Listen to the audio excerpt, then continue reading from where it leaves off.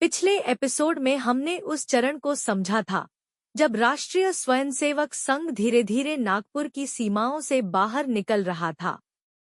यह कोई तेज फैलाव नहीं था, न कोई घोषणाएं, न कोई आंदोलन, न कोई राजनीतिक मंच। केवल शाखाएं, नियमित अभ्यास और लोगों के बीच बनता हुआ विश्वास। लेकिन इतिहास में कई बार ऐसा होता है कि असली परीक्षा विस्तार के समय नहीं, बल्कि उसके बाद शुरू होती है। 1935 के बाद भारत का वातावरण तेजी से बदलने लगा। स्वतंत्रता आंदोलन अधिक मुखर हो चुका था। राजनीति अब केवल नेताओं या सभाओं तक सीमित नहीं रही, वह समाज के हर हिस्से में प्रवेश कर रही थी। शिक्षा संस्थानों में, श्रमिक वर्ग में और सामान्य नागरिक जीवन में। ऐसे समय में हर संगठित समूह से यह अपेक्षा की जाने लगी कि वह अपनी भूमिका स्पष्ट करे। यह पूछा जाने लगा कि वह किस पक्ष में खड़ा है और किस दिशा में आगे बढ़ना चाहता है। राष्ट्रीय स्वयंसेवक संघ के लिए यह स्थिति सहज नहीं थी। उसका गठन किसी राजनीतिक प्रतिक्रिया के रूप में नहीं हुआ था। उसका उद्देश्य तत्काल सत्ता परिवर्तन नहीं, बल्कि समाज के भीतर अनुशासन, चरित्र और संगठनात्मक क्षमता का निर्माण था। यह एपिसोड उसी संक्रमण काल की कहानी है जब संघ के सामने सबसे कठिन प्रश्न खड़ा हुआ, क्या वह परिस्थितियों के दबाव में अपनी दिशा बदले या अपनी मूल प्रकृति पर स्थिर रहे। एपिसोड 6 किसी संघर्ष या टकराव की कथा नहीं है। यह उस संयम की कथा है जहां संगठन ने यह तय किया कि कभी-कभी आगे बढ़ने का अर्थ होता है अपनी गति को बदले बिना टिके रहना। 1930 के दशक के उत्तरार्ध में भारत एक अस्थिर और संवेदनशील दौर से गुजर रहा था। सविनय अवज्ञा आंदोलन के बाद कांग्रेस एक व्यापक जनाधार वाला संगठन बन चुकी थी। राजनीतिक सक्रियता अब केवल नेताओं तक सीमित नहीं रही, वह आम जनता के जीवन का हिस्सा बनती जा रही थी। इसी समय वामपंथी विचारधाराओं का प्रभाव भी बढ़ने लगा। छात्र आंदोलनों, श्रमिक संगठनों और वैचारिक चर्चाओं में नई ऊर्जा दिखाई देने लगी। ब्रिटिश शासन एक ओर दमनात्मक नीतियों का सहारा ले रहा था, तो दूसरी ओर संवैधानिक सुधारों के माध्यम से स्थिति को नियंत्रित करने का प्रयास कर रहा था। इस पूरे वातावरण में एक तरह की अधीरता थी। हर संगठन, हर समूह और हर व्यक्ति से यह अपेक्षा की जा रही थी कि वह स्पष्ट रूप से बताए कि वह इस राष्ट्रीय संघर्ष में कहाँ खड़ा है। राष्ट्रीय स्वयंसेवक संघ इस परिदृश्य में एक अलग स्थिति में था। वह न तो किसी आंदोलन का नेतृत्व कर रहा था और न ही किसी राजनीतिक ध्रुव का हिस्सा बन रहा था। उसका कार्यक्षेत्र राजनीति के समानांतर था, लेकिन उससे अलग था। यही भिन्नता आने वाले वर्षों में संघ के लिए चुनौती भी बनी और उसकी पहचान भी, क्योंकि बढ़ते राजनीतिक उबाल के बीच स्थिर रहना स्वयं में एक कठिन कार्य था। जैसे जैसे राष्ट्रीय स्वयंसेवक संघ की शाखाएं विभिन्न नगरों और कस्बों में स्थापित होने लगीं, वैसे वैसे उस पर बाहरी निगरानी भी बढ़ने लगी। ब्रिटिश प्रशासन किसी भी संगठित भारतीय गतिविधि को संदेह की दृष्टि से देखता था, विशेषकर यदि वह अनुशासित और नियमित हो। संघ की कार्यप्रणाली प्रशासन के लिए असामान्य थी। निश्चित समय पर एकत्र होते युवक, शारीरिक प्रशिक्षण, सामूहिक प्रार्थना और स्पष्ट अनुशासन, ये सभी तत्व किसी राजनीतिक संगठन जैसे दिखाई देते थे, लेकिन उनके भीतर किसी प्रकार की राजनीतिक गतिविधि नहीं पाई जाती थी। सरकारी रिपोर्टों में संघ का उल्लेख आने लगा, पर समस्या यह थी कि उसे किसी स्पष्ट श्रेणी में रखा नहीं जा सकता था। वह न तो विद्रोही संगठन था, न ही किसी राजनीतिक दल की शाखा। यह अस्पष्ट स्थिति संघ के भीतर भी प्रश्न पैदा करती थी। क्या बढ़ती निगरानी संगठन के कार्य को प्रभावित करेगी? क्या स्वयंसेवकों पर इसका मानसिक दबाव पड़ेगा? और क्या अनुशासन को गलत अर्थों में देखा जाएगा? इन परिस्थितियों में नेतृत्व के सामने चुनौती स्पष्ट थी, कार्य को जारी रखते हुए अनावश्यक ध्यान से बचना। यही संतुलन इस चरण की सबसे बड़ी परीक्षा था। राष्ट्रीय स्वयंसेवक संघ को अक्सर अराजनीतिक कहा गया है, लेकिन इस शब्द को समझने में कई बार भ्रम हो जाता है। अराजनीतिक होने का अर्थ राजनीति से अनजान होना नहीं था, और न ही यह राष्ट्रीय परिस्थितियों से उदासीन रहने का संकेत था। यह एक सोचा समझा, स्पष्ट और दीर्घकालीन निर्णय था। संघ का मानना था कि समाज की बुनियादी संरचना यदि सशक्त नहीं होगी, तो कोई भी राजनीतिक परिवर्तन स्थायी नहीं रह सकता। इसलिए उसका मुख्य ध्यान सत्ता संघर्ष पर नहीं, बल्कि सामाजिक अनुशासन, चरित्र निर्माण और सामूहिक जिम्मेदारी की भावना पर था। यही कारण था कि शाखाओं में राष्ट्रीय घटनाओं पर चर्चा तो होती थी, लेकिन उनसे कोई संगठनात्मक राजनीतिक निष्कर्ष नहीं निकाले जाते थे। व्यक्तिगत स्वयंसेवकों को अपने नागरिक दायित्व निभाने से नहीं रोका गया। वे अपने विवेक के अनुसार समाज और राष्ट्र के लिए निर्णय ले सकते थे। लेकिन संगठन के रूप में संघ ने स्वयं को किसी आंदोलन, प्रस्ताव या राजनीतिक मंच से नहीं जोड़ा। यह संतुलन बनाए रखना आसान नहीं था। जब चारों ओर भावनात्मक उबाल था और स्पष्ट पक्ष लेने का दबाव था, तब स्वयं को संयम में रखना एक कठिन कार्य था। लेकिन इसी संयम ने संघ को एक आंदोलन से अलग, एक संस्था के रूप में स्थापित किया। इस काल में अराजनीतिक रहना निष्क्रियता नहीं, बल्कि एक प्रकार की अनुशासित सक्रियता थी, जो तत्काल प्रतिक्रिया के बजाय दीर्घकालीन सामाजिक तैयारी पर केंद्रित थी। इन परिस्थितियों में नेतृत्व के सामने चुनौती स्पष्ट थी, कार्य को जारी रखते हुए अनावश्यक ध्यान से बचना। यही संतुलन इस चरण की सबसे बड़ी परीक्षा था। जब बाहरी वातावरण अनिश्चित और अस्थिर हो, तब किसी संगठन की असली शक्ति उसकी आंतरिक संरचना में दिखाई देती है। राष्ट्रीय स्वयंसेवक संघ के लिए यह संरचना उसकी शाखा प्रणाली थी।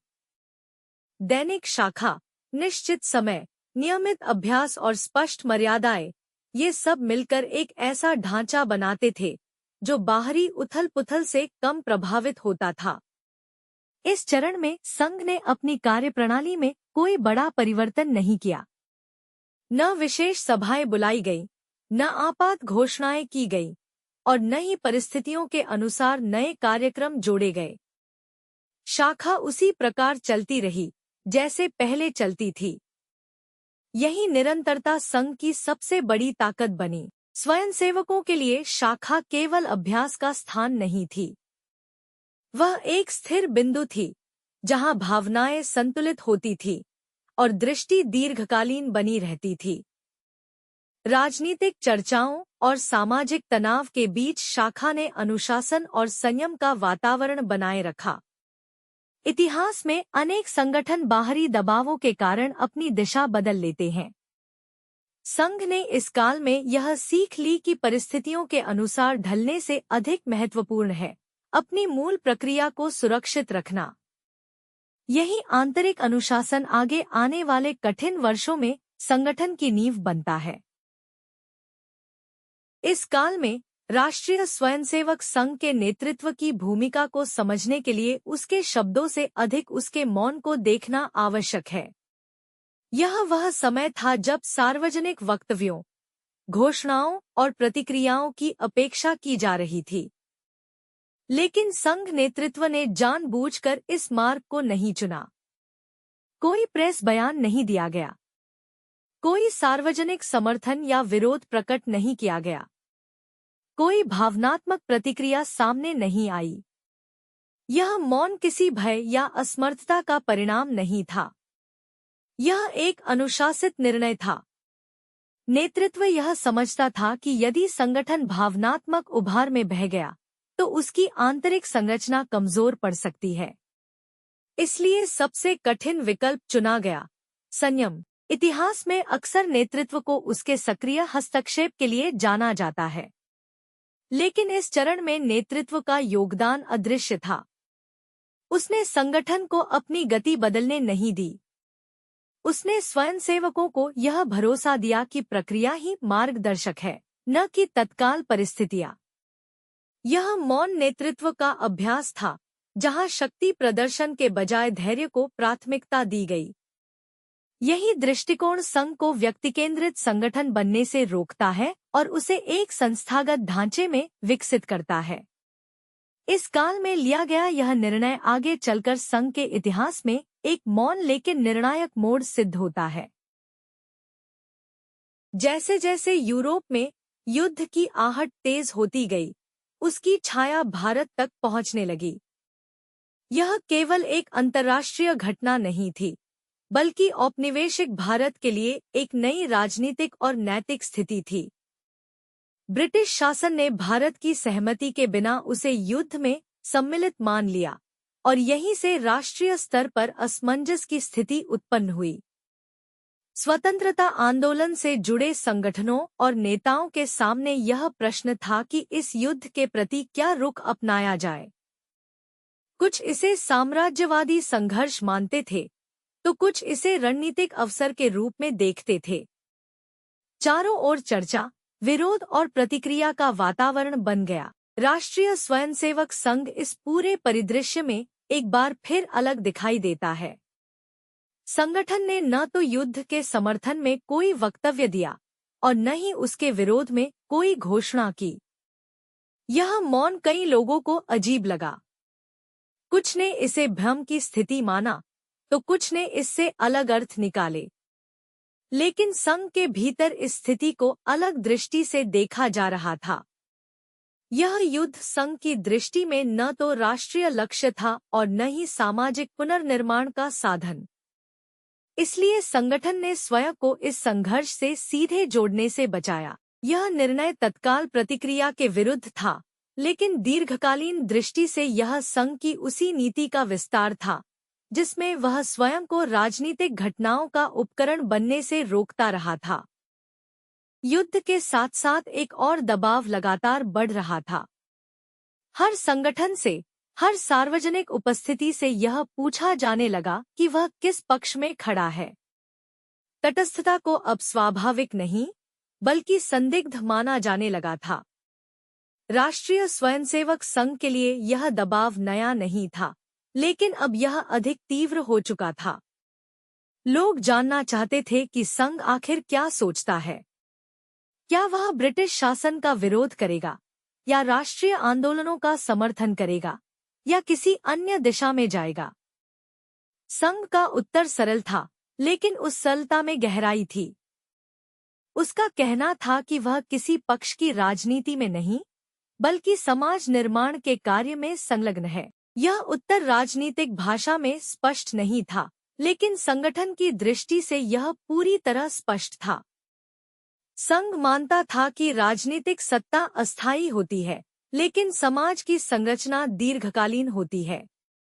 इसलिए उसका ध्यान सत्ता परिवर्तन पर नहीं, बल्कि समाज को मानसिक और नैतिक रूप से तैयार करने पर था। यह उत्तर कई लोगों को संतुष्ट नहीं करता था। आलोचनाएं भी हुईं। लेकिन संघ ने यह स्वीकार किया कि हर निर्णय तत्काल स्वीकार्यता के लिए नहीं होता। कुछ निर्णय भविष्य की नींव रखते हैं, भले ही वर्तमान में वे असहज लगें। यह मानना उचित नहीं होगा कि इस पूरे काल में राष्ट्रीय स्वयंसेवक संघ के भीतर कोई मतभेद नहीं थे। स्वयंसेवक समाज का ही हिस्सा थे।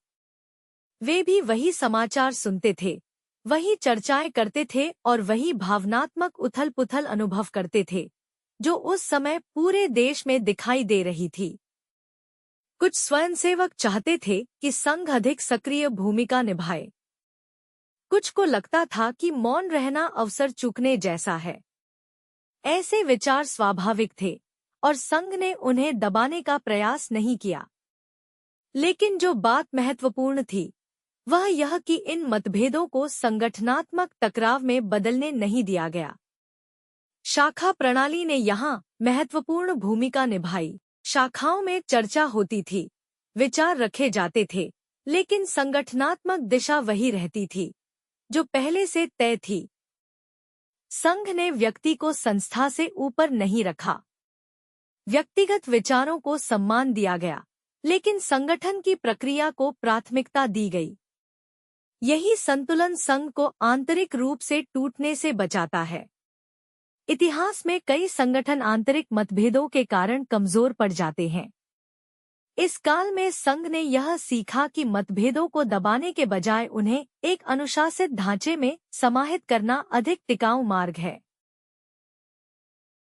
इस चरण में राष्ट्रीय स्वयंसेवक संघ के विकास को केवल संख्या या फैलाव के आधार पर समझना पर्याप्त नहीं होगा। यह वह समय नहीं था जब नई शाखाएं तेजी से खुल रही हों या संगठन अपने आकार को बढ़ाने में लगा हो।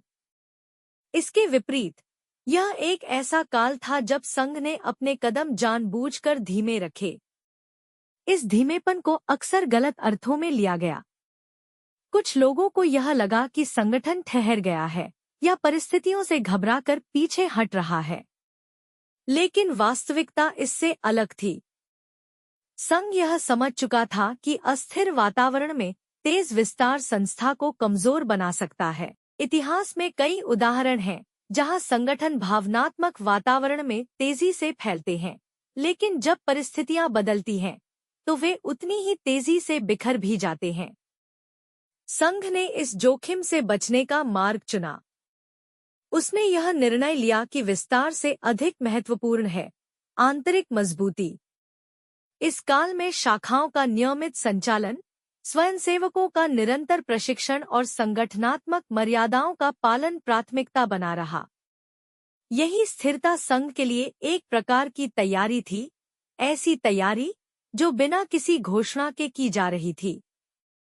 यह समय संघ के लिए रुकने का नहीं, बल्कि संभलने का था। यह समझ विकसित हो रही थी कि दीर्घकालीन यात्रा में कभी-कभी गति कम करना भी आगे बढ़ने का ही एक रूप होता है। राष्ट्रीय स्वयंसेवक संघ की राजनीतिक तटस्थता का अर्थ यह नहीं था कि वह समाज से कटा हुआ था। इसके विपरीत इस काल में संघ की सामाजिक उपस्थिति और अधिक स्पष्ट होती जाती है। जब राजनीतिक गतिविधियां तीव्र हो रही थी, तब संघ स्वयंसेवक समाज के दैनिक जीवन से जुड़े कार्यों में सक्रिय दिखाई देते हैं। स्थानीय स्तर पर सहायता, आपदा के समय सहयोग और सामूहिक अनुशासन, ये सभी संघ की नियमित गतिविधियों का हिस्सा थे। इन कार्यों में कोई प्रचार नहीं था, न ही किसी प्रकार का राजनीतिक संदेश। यह कार्य स्वाभाविक थे, शाखा के अभ्यास से जुड़े हुए। संघ की यह सामाजिक सक्रियता उसे समाज से जोड़े रखती है, लेकिन राजनीतिक संघर्ष से दूर रखती है। यह एक सूक्ष्म संतुलन था, जिसे बनाए रखना आसान नहीं था, क्योंकि अक्सर समाज सेवा और राजनीतिक सक्रियता के बीच की रेखा धुंधली हो जाती है। लेकिन संघ ने इस रेखा को स्पष्ट रखने का प्रयास किया। सेवा को दायित्व माना गया और राजनीति को संगठनात्मक दायरे से बाहर रखा गया। इस दृष्टिकोण ने संघ को समाज के भीतर स्वीकार्यता दी, बिना उसे किसी राजनीतिक ध्रुव से जोड़ने के। यह सामाजिक जुड़ाव संघ के लिए एक प्रकार की मौन उपस्थिति बन गया, ऐसी उपस्थिति जो दिखाई तो देती थी, लेकिन शोर नहीं करती थी। इस पूरे काल में राष्ट्रीय स्वयंसेवक संघ की सार्वजनिक छवि एक पहेली बनी रही। बाहर से देखने वालों के लिए यह स्पष्ट नहीं था कि संघ वास्तव में क्या है और क्या नहीं है। न तो वह किसी आंदोलन का नेतृत्व करता दिखता था, न ही किसी राजनीतिक बहस का हिस्सा बनता था। इस अस्पष्टता ने कई प्रकार की धारणाओं को जन्म दिया। कुछ लोगों को संघ एक गुप्त संगठन जैसा लगता था, क्योंकि उसकी गतिविधियां नियमित थी, लेकिन सार्वजनिक प्रदर्शन से दूर थी। कुछ को वह निष्क्रिय प्रतीत होता था, क्योंकि वह तत्काल प्रतिक्रिया नहीं देता था। वास्तव में संघ न तो छिपा हुआ था और न ही निष्क्रिय। उसकी गतिविधियां खुले रूप से होती थी, लेकिन उसकी भाषा और शैली अलग थी। वह घोषणाओं के माध्यम से नहीं, बल्कि निरंतर उपस्थिति के माध्यम से कार्य करता था। यह सार्वजनिक भ्रम संघ के लिए चुनौती भी था और सुरक्षा भी। चुनौती इसलिए क्योंकि गलतफहमियां फैल सकती थी, और सुरक्षा इसलिए क्योंकि अस्पष्टता ने उसे सीधे टकराव से बचाए रखा।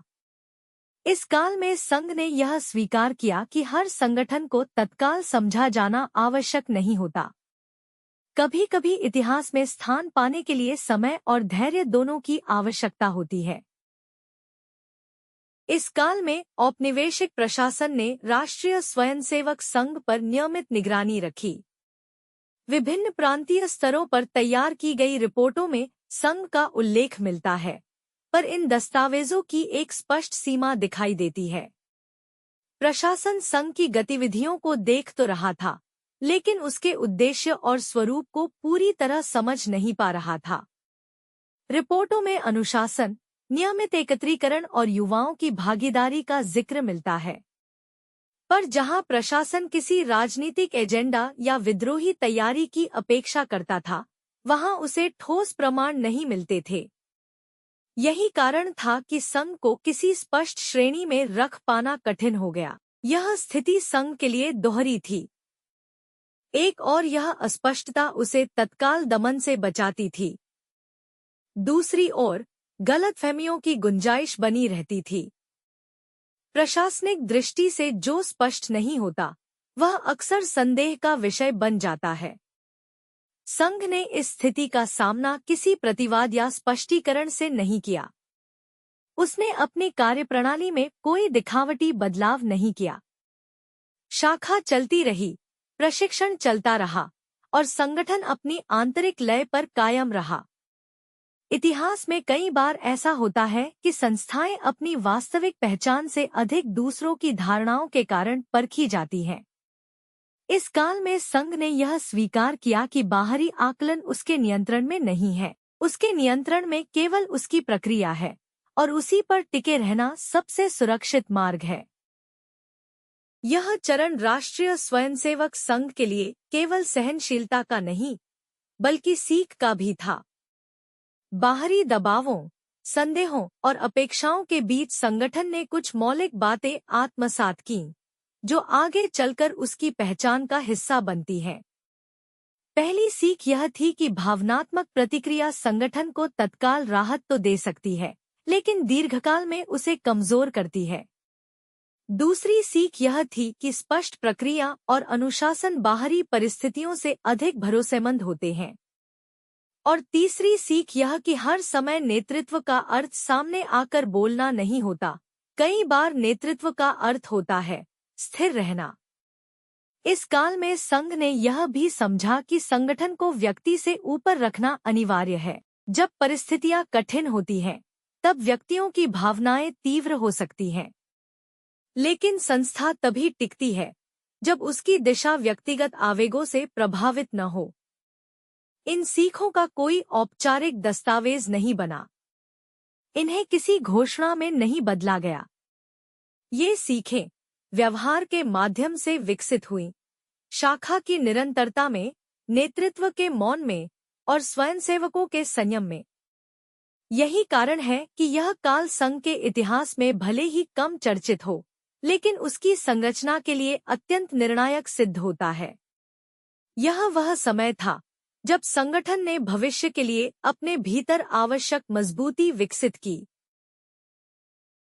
इस पूरे चरण का एक महत्वपूर्ण परिणाम यह रहा कि राष्ट्रीय स्वयंसेवक संघ का स्वरूप धीरे धीरे व्यक्ति केंद्रित से संस्था केंद्रित होता चला गया। प्रारंभिक वर्षों में किसी भी संगठन की पहचान अक्सर कुछ प्रमुख व्यक्तियों से जुड़ी रहती है, लेकिन कठिन समय यह तय करता है कि संगठन उस सीमा से आगे बढ़ पाएगा या नहीं। इस काल में संघ की गतिविधियां किसी एक चेहरे या वक्तव्य पर निर्भर नहीं रहीं। शाखा स्वयं एक इकाई बन चुकी थी। उसकी नियमितता, उसकी मर्यादाएं और उसका अनुशासन संगठन की पहचान बनते जा रहे थे। नेतृत्व की भूमिका भी इसी दिशा में विकसित हुई। नेतृत्व मार्गदर्शन देता था, लेकिन निर्णयों को व्यक्ति की इच्छा पर आधारित नहीं होने देता था। इससे संगठन में निरंतरता बनी रही, भले ही बाहरी परिस्थितियां बदलती रहीं। यह संक्रमण सहज नहीं था। इसमें समय लगा, धैर्य लगा और कई बार स्वयं को रोकने का अभ्यास करना पड़ा। लेकिन यही अभ्यास संघ को एक आंदोलन की सीमाओं से बाहर निकालकर एक दीर्घकालीन संस्था के रूप में स्थापित करता है। इस दृष्टि से देखा जाए तो यह काल संघ के लिए निर्माण का एक मौन चरण था। बिना शोर, बिना प्रचार, लेकिन गहरे स्तर पर। यही मौन निर्माण आगे आने वाले वर्षों में संघ की भूमिका को समझने की कुंजी बनता है। जैसे जैसे समय आगे बढ़ता गया, यह स्पष्ट होता गया कि भारत एक और बड़े मोड़ की ओर बढ़ रहा है। स्वतंत्रता आंदोलन की तीव्रता बढ़ चुकी थी और औपनिवेशिक शासन के साथ टकराव की संभावनाएं स्पष्ट दिखाई देने लगी थी। वातावरण में एक प्रकार की प्रतीक्षा थी, ऐसी प्रतीक्षा जो शांत नहीं थी, बल्कि भीतर ही भीतर उबल रही थी। राष्ट्रीय स्वयंसेवक संघ इस बदलते वातावरण को अनदेखा नहीं कर रहा था। संघ के स्वयंसेवक भी उसी समाज का हिस्सा थे जो आने वाले संघर्ष की आहट महसूस कर रहा था। लेकिन संगठन के स्तर पर यह समझ बन चुकी थी कि आने वाला समय भावनात्मक प्रतिक्रियाओं से नहीं, बल्कि आंतरिक मजबूती से पार किया जा सकेगा। यह वह क्षण था जब संघ को अपने पिछले निर्णयों की सार्थकता परखनी थी। क्या अब तक अपनाया गया संयम पर्याप्त था? क्या शाखा प्रणाली आने वाले दबावों को सहन कर पाएगी? इन प्रश्नों के उत्तर किसी बैठक या प्रस्ताव में नहीं खोजे गए। उत्तर संगठन की दैनिक प्रक्रिया में निहित थे। संघ ने यह मान लिया था कि आगे का समय कठिन होगा, लेकिन उसने यह भी स्वीकार किया कि कठिनाई का सामना घोषणाओं से नहीं, बल्कि तैयारी से किया जाता है। यही तैयारी, अदृश्य, मौन और निरंतर, इस चरण की विशेषता थी। इस चरण में राष्ट्रीय स्वयंसेवक संघ की तैयारी का स्वरूप बाहरी दृष्टि से लगभग अदृश्य था। न कोई विशेष योजना सार्वजनिक की गई, न किसी प्रकार की रणनीतिक घोषणा की गई। लेकिन इसका अर्थ यह नहीं था कि संगठन निष्क्रिय था। तैयारी का केंद्र बाहरी घटनाओं के बजाय आंतरिक सुदृढ़ता पर था। शाखाओं की नियमितता, स्वयंसेवकों का अनुशासन और संगठनात्मक मर्यादाओं का पालन, यही तैयारी के मुख्य साधन थे। संघ यह मानता था कि यदि उसकी बुनियाद मजबूत रहेगी, तो वह किसी भी परिस्थिति का सामना कर सकेगा। यह तैयारी किसी तात्कालिक लक्ष्य के लिए नहीं थी। इसका उद्देश्य था संगठन को मानसिक और संरचनात्मक रूप से स्थिर बनाए रखना। स्वयंसेवकों को यह समझ दी जा रही थी कि परिस्थितियां चाहे जैसी हों, संगठन की प्रक्रिया नहीं बदलेगी। यह दृष्टिकोण कई लोगों को असहज करता था। अक्सर यह प्रश्न उठता था कि क्या बिना किसी स्पष्ट कार्य योजना के आगे बढ़ना संभव है? संघ का उत्तर था, कार्य योजना घोषणाओं में नहीं, आचरण में होती है।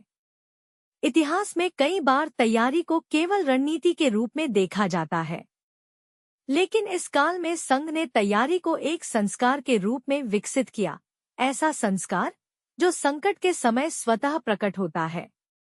यही मौन तैयारी आगे आने वाले निर्णायक क्षणों की पृष्ठभूमि बनती है। इस पूरे चरण को समझने के लिए एक शब्द विशेष रूप से महत्वपूर्ण है, मौन। यह मौन निष्क्रियता का प्रतीक नहीं था, बल्कि एक सचेत नीति थी। जब चारों ओर प्रतिक्रियाओं का शोर था, तब मौन रहना स्वयं में एक कठिन निर्णय था। राष्ट्रीय स्वयंसेवक संघ ने इस काल में यह स्वीकार किया कि हर परिस्थिति में बोलना आवश्यक नहीं होता। कई बार बोलना संगठन को तात्कालिक संतोष दे सकता है, लेकिन दीर्घकाल में उसे उसकी मूल दिशा से भटका सकता है। इसलिए मौन को कमजोरी नहीं, बल्कि अनुशासन के रूप में अपनाया गया। यह मौन संगठन की हर परत में दिखाई देता था, नेतृत्व में, शाखाओं में और सार्वजनिक उपस्थिति में। इसका अर्थ यह नहीं था कि विचार नहीं थे या समझ नहीं थी, बल्कि इसका अर्थ यह था कि विचारों को कार्य और आचरण के माध्यम से व्यक्त किया जा रहा था, शब्दों के माध्यम से नहीं। इतिहास में अक्सर उन क्षणों को अधिक याद किया जाता है जहां घोषणाएं हुईं और टकराव दिखाई दिए। लेकिन कुछ काल ऐसे भी होते हैं जहां मौन निर्णय भविष्य की दिशा तय करते हैं। यह चरण राष्ट्रीय स्वयंसेवक संघ के इतिहास में ऐसा ही एक काल था। यही मौन आगे आने वाले समय में संघ के सामने आने वाली सबसे कठिन परीक्षाओं की पृष्ठभूमि तैयार करता है, और यहीं से अगला अध्याय आरंभ होने वाला है। इस पूरे काल को यदि संक्षेप में समझा जाए तो यह राष्ट्रीय स्वयंसेवक संघ के इतिहास का सबसे कम चर्चित लेकिन सबसे निर्णायक चरणों में से एक है। यह वह समय नहीं था जब बड़े आयोजन हुए हों या जब सार्वजनिक मंचों से घोषणाएं की गई हों। इसके विपरीत यह एक ऐसा काल था जिसमें संगठन ने स्वयं को बाहरी घटनाओं से अधिक अपने भीतर गहराई से परखा। इतिहास अक्सर उन क्षणों को याद रखता है जहां टकराव दिखाई देते हैं, आंदोलन उभरते हैं और सत्ता के समीकरण बदलते हैं। लेकिन संस्थाओं का वास्तविक निर्माण कई बार ऐसे शांत कालों में होता है जहां निर्णय शोर के बिना लिए जाते हैं। यह चरण उसी प्रकार का था। इस दौरान संघ ने यह स्पष्ट रूप से तय किया कि वह किस प्रकार का संगठन नहीं बनेगा। वह भावनात्मक उभार का उपकरण नहीं बनेगा। वह तात्कालिक राजनीतिक लाभ के लिए अपनी प्रक्रिया नहीं बदलेगा। और वह बाहरी दबावों के कारण अपनी आंतरिक मर्यादाओं से समझौता नहीं करेगा। इन निर्णयों का कोई औपचारिक दस्तावेज नहीं बना, न इन्हें किसी सभा में घोषित किया गया। लेकिन ये निर्णय संगठन के व्यवहार में स्पष्ट रूप से दिखाई देने लगे। शाखा की निरंतरता, नेतृत्व का संयम और स्वयंसेवकों का धैर्य, ये सभी इस काल की मौन विरासत बन गए। इसी कारण यह चरण इतिहास की पुस्तकों में भले ही सीमित रूप में दिखाई दे, लेकिन संघ की संरचना और सोच को समझने के लिए यह अत्यंत महत्वपूर्ण है। एपिसोड 6 हमें यह नहीं बताता कि राष्ट्रीय स्वयंसेवक संघ ने इस काल में क्या किया। इसके बजाय यह हमें यह समझने में सहायता करता है कि उसने किन रास्तों को जानबूझकर नहीं चुना। और कभी-कभी इतिहास में यही न चुने गए रास्ते सबसे अधिक अर्थपूर्ण होते हैं। संघ ने इस चरण में यह स्पष्ट किया कि संगठन की पहचान केवल उसके कार्यों से नहीं, बल्कि उसके संयम से भी बनती है। जब चारों ओर प्रतिक्रिया की अपेक्षा थी, तब स्थिर रहना एक कठिन निर्णय था। लेकिन यही निर्णय आगे आने वाले समय की तैयारी बन गया। यह एपिसोड हमें यह भी दिखाता है कि सामाजिक संस्थाएं केवल आंदोलन के क्षणों में नहीं बनती, वे उन शांत कालों में आकार लेती हैं, जहां निरंतरता, अनुशासन और धैर्य को प्राथमिकता दी जाती है। संघ के लिए यह काल ऐसा ही एक निर्माण काल था, बिना प्रचार, बिना घोषणाओं के। अब इतिहास एक नए मोड़ की ओर बढ़ने वाला है। राष्ट्रीय आंदोलन अपने सबसे निर्णायक चरण में प्रवेश करने वाला है। और वही संगठन, जिसने अब तक मौन और संयम को अपनी नीति बनाया था, एक नई और कहीं अधिक कठिन परीक्षा के सामने खड़ा होने वाला है। अगले एपिसोड में हम देखेंगे कि यह मौन नीति, यह आंतरिक तैयारी और यह संस्थागत स्थिरता एक बिल्कुल अलग परिस्थिति में कैसे परखी जाती है। यहीं से अगले अध्याय की शुरुआत होती है।